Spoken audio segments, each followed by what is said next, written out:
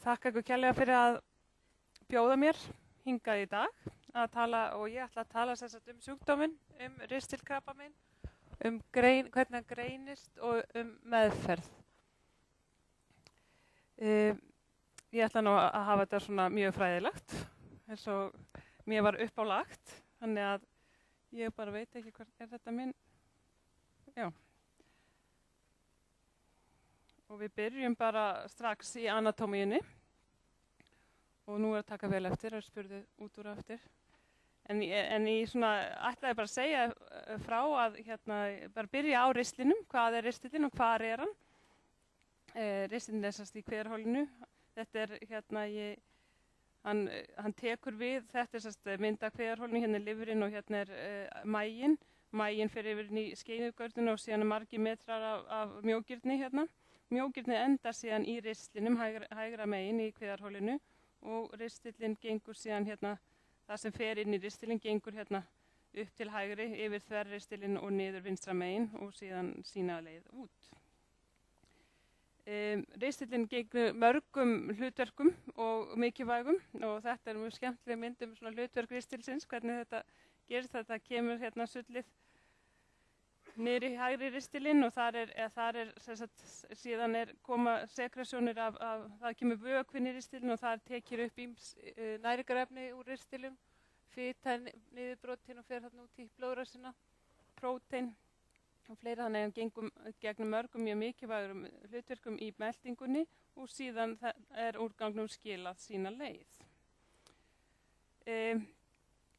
Ristilinn með árónum, þá kemur svona þreyta í ristilvegginn sem er þá hérna megin, og það myndar svokallir tótur út úr ristlinum. Og þegar ég verið að ræða við fólk þessar tótur, þá stundum það ruglast saman þessar tótur sem að koma út af því að það verður svona ristilveggurinn sjálfur verður aðeins veikari og það myndar svona tótur út úr ristlinum.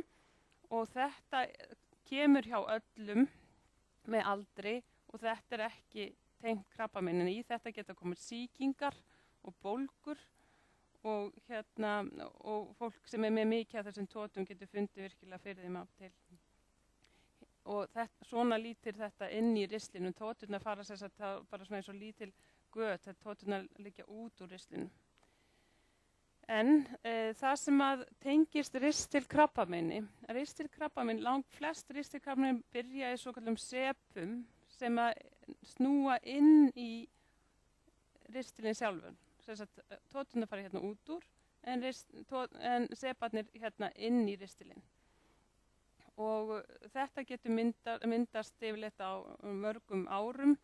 En í svona sepum inn í ristli geta síðan orðið frumubreitingar sem að þróast yfir í krabbamein. Og þetta er þá mynd svona af krabbameini inn í ristlinu.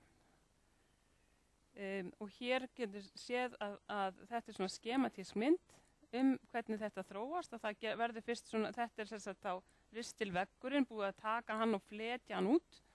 En þannig að það byrjar frumubreitingar, eða það myndar svona ofholgun,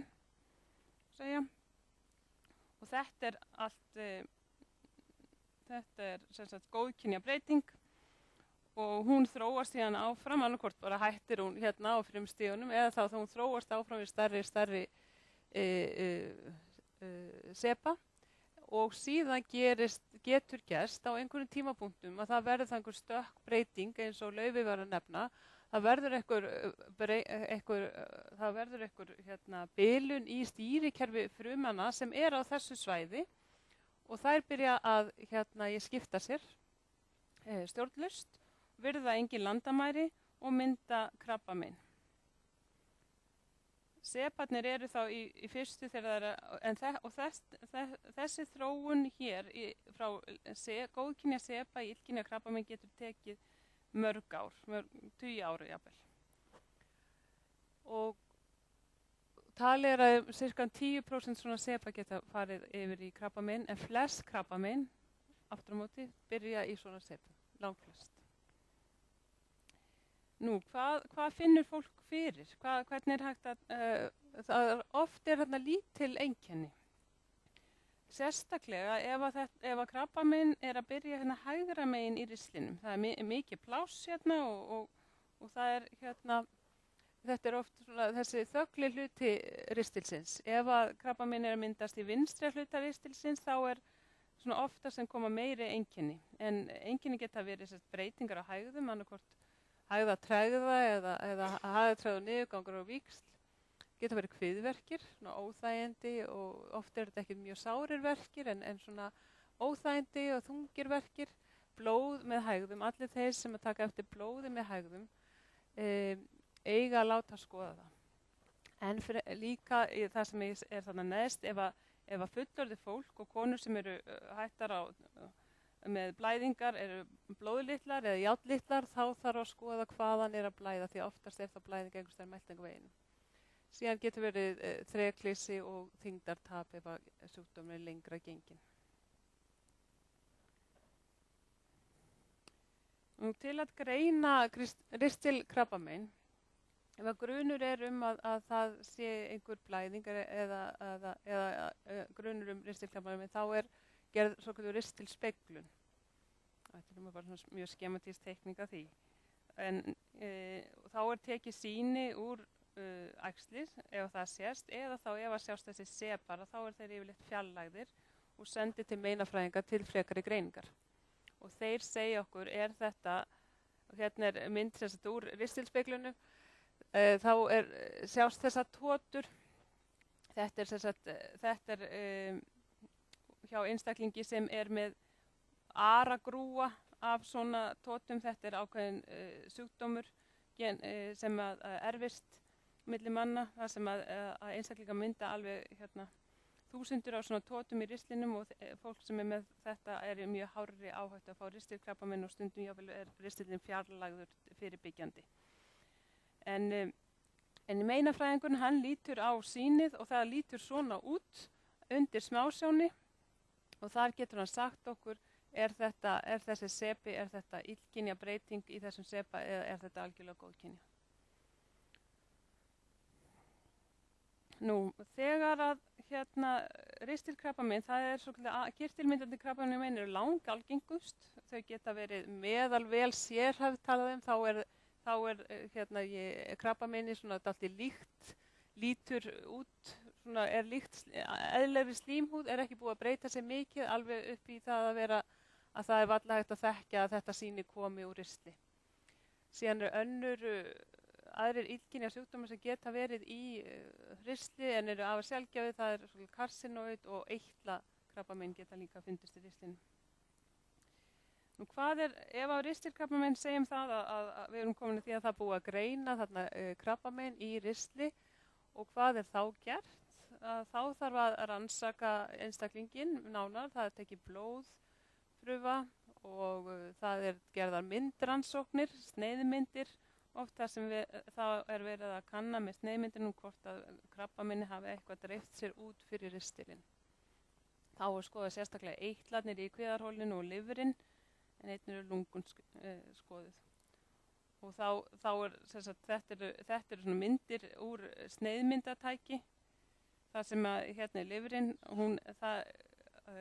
ef að ristilkrabbamein að dreifa sér, þá dreifist það sig gjarnan til lifrarinnar, þannig að hún skoðuð sérstaklega vel og einnig eitlarnir hérna í kring, hérna svo ristillinn, hérna þáblaðan, síðan þetta svona þversnið, þess að maður skori svona eins og brauð og tekið einn snið út og hérna þá liggur lifrin og þetta skoðað nákvæmlega. Hvaða meðferð, ef við förum við þá yfir í meðferð við ristilkrabbamein, þá það fyrst og fremst skurðaðgerð ef að þetta ekki búið að dreifa sér og þá annarkvort hluti af ristlinum eða allur ristillinn fjarlægður ásamt eitlum sem eru á svæðinu. Og þegar að búið að gera þá það allir pakkinn sendur til meinafræðingan aftur sem að skoða þetta nákvæmlega og segja hversu stórt æxli, hversu djúpt það gegnum ristilvegginn, það út fyrir ristilinn og það í einhverjum eitlum. Og þannig fáum við upplýsingar á hvað stigi sjúkdómurinn Það segja ef hann hefur ekki verið á útbreiddu stigi. Og hér sjáum við þetta svona þversnið af ristlinum og hvernig þegar við erum að tala á hvaða stigi sjúkdómurinn að þegar hann á stigi 0 þá hann bara rétt í yfirborðinu. Og stigi 1 þá þetta bara næra rétt inn í yfirborðinu, svo fer þetta eftir hversu langt æxlið vex á dýptina, hversu djúpt inn í ristilvegginn að vex, en ekki beint hvað það endilega stórt á þverveginn. Þegar að sjúkdómurinn á stigi 3 að þá komið meinvörp, þá finnast illkynjafrumur í eitlum sem eru þarna nálagt. Og síðan þannig stig 4 þá það til annarra líffæra. En það aðalega þetta stig 2 og 3 sem að við skoðum eftir aðgerðina. Og hérna þá önnur mynd bara sem sýnir hvernig ristillinn og þessir eitlar eru allstar í líkamanum, hluti af sógakerfinu. Og sem sagt, ef að sjúkdómurinn að stigi 2 og í hárri áhættu, og þá talað hversu þetta illa sérhæfðarfrumur, eins og talað áðan, og líka hefur orðið rof, hefur komið gat á ristilinn eða sár þar sem að æxli var. Þannig að stundum að þrátt fyrir að ristilkrabbamein hafi ekki byrjað að dreifa sér í eitla þá gefið krabbameinslyfja meðferð í 6 mánuði eftir skurðagerðinni. Og það er út af því að það er búið að taka allt krabbamenni burt, það er búið að skera það burt, það er farið úr líkamannum, en það geta verið einhverja illkynjafrumur á sveimi sem að eiga hugsanlega eftir að taka sig einhverja bólfestu eða ekki. Það er bara ákveðna líkur á því og lyfjameðferðin til að minnka áhættuna að sjúkdómurinn taki sig upp aftur. Stigi 3 ristilkrabbamein þá alltaf gefið krabbamein, eða þá mælum við alltaf með krabbameinslyfjameðferð sem að gefin þá bæði það gefið 2 lyf, annað er gefið æð og síðan eru töflur, einn sem eru teknir 2 á dag. Þetta töflumeðferðin það er byggt á gömlu lyfi sem áður var gefið í æð, en nú það komið í töfluform og ekki síður gott eins og lyfi sem er gefið í æð. Og þetta í 6 mánuðum, síðan þar einstaklingum sem hefur greinst með svona verið reglulega eftirliti í 5 ár. Og yfirleitt gefið ný ristilspeglun ár eftir aðgerðina. Svo fyrir stig 4 þá krabbameinið búið að dreifa sig til annar líffæra, þá sérstaklega það lifur. Þá fyrst og fremst lyfjameðferðin og það til minnskosti hér á landi 2 líftæknilyf sem notuð við dreifðan sjúkdómi. Og stundum hægt að gera aðra skurðagerð, þá sérstaklega í lifurinni, þar sem meinvörpin sem eru þegar myndið eru fjarlægð. Og það mikla framfarir í meðferðar og svona útbreiddu krabbameini. Nú að lokum, þá ætla ég bara að nefna eins og Laufey að þetta krabbamein, eins og ég sýndi á myndinni þarna, þar sem þetta var svona útflatt, að þetta byrjar með sepa. Það er vel þekkt hvernig það þróast og það á sig ákveðið forstig sem hægt ef separnir eru fjarlægðir þá þróast þeir ekki yfir í krabbamein. Krabbameinsfélagið hefur barist lengi fyrir að ásamt öðrum að tekin upp skimun á Íslandi. Það var skrifað ef landlæknisembættir þarna klíníska leiðbeiningar að það að skima fyrir ristilkrabbameini, en það hefur ekki fengist fé í þetta. Þannig að nú á dögunum afhendi Jakob Kristjáni heilbrigðisráðherra áskorun frá mörgum fagfélögum að það tekin upp skimun á ristilkrabbameini strax, en það hefur undirbúningur slíkar skimunar hefur staðið í mörg ár með hléum. Og það vitað að skimun lækkar dánatíðni og þetta eitt af 2 krabbameinum sem þekkt eru. Það sem hægt að finna forstigið. Þetta ekki orðið illkynja sjúkdómur. Ólíkt því þegar að gera brjóstamyndatöku þá verið að leita af krabbameininu sjálfu. En þarna verið að leita af forstiginu og þetta væri mikið hagsmunamál í baráttunum við krabbamein að þetta verði tekið upp hérna á Íslandi. Og Jakob segir ykkur kannski frekar frá yfirlýsingunni sem hann heldur þarna á hvað var sagt. Nú, það leghálskrabbamein. hjá konum, að þar finna þetta fórstu. Nú, framtíðarsýnin, það eru breyttir lífshættir vonandi, eins og Laufey nefndi, betra matræði, meiri hreyfing, og það er mikilvægt að fylgja fordæmi nágrannalandanna, þessi skimun gerðu hjá okkar nágrannalöndum, og byrja skimun fyrir ristilkrabbamein sem fyrst, upplýsa einkenni og mikilvægi greiningar, og það er, sumir hafa gengið með einkenni lengi sem maður hittir og eru svona rægi við að fara í ristilspeglun. Maður getur bara ímyndað sér, það er ekkert skemmtilegasta sem hægt er að gera, en þetta er mjög mikilvægt og tiltölulega auðvelt, segi ég, en Ásgeir hérna í salnum sem getur sagt mér þetta. En síðan nú ef að sjúkdómurinn komið, þá eru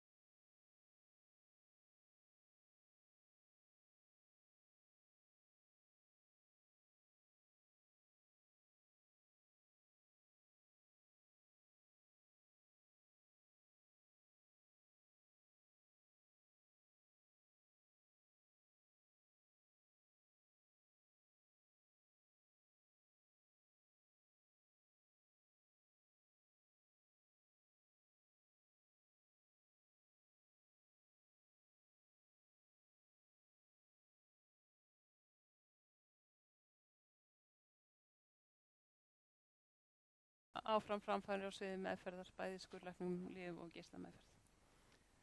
Þá ætla ég ekki að hafa þetta lengra og spurningar á eftir það.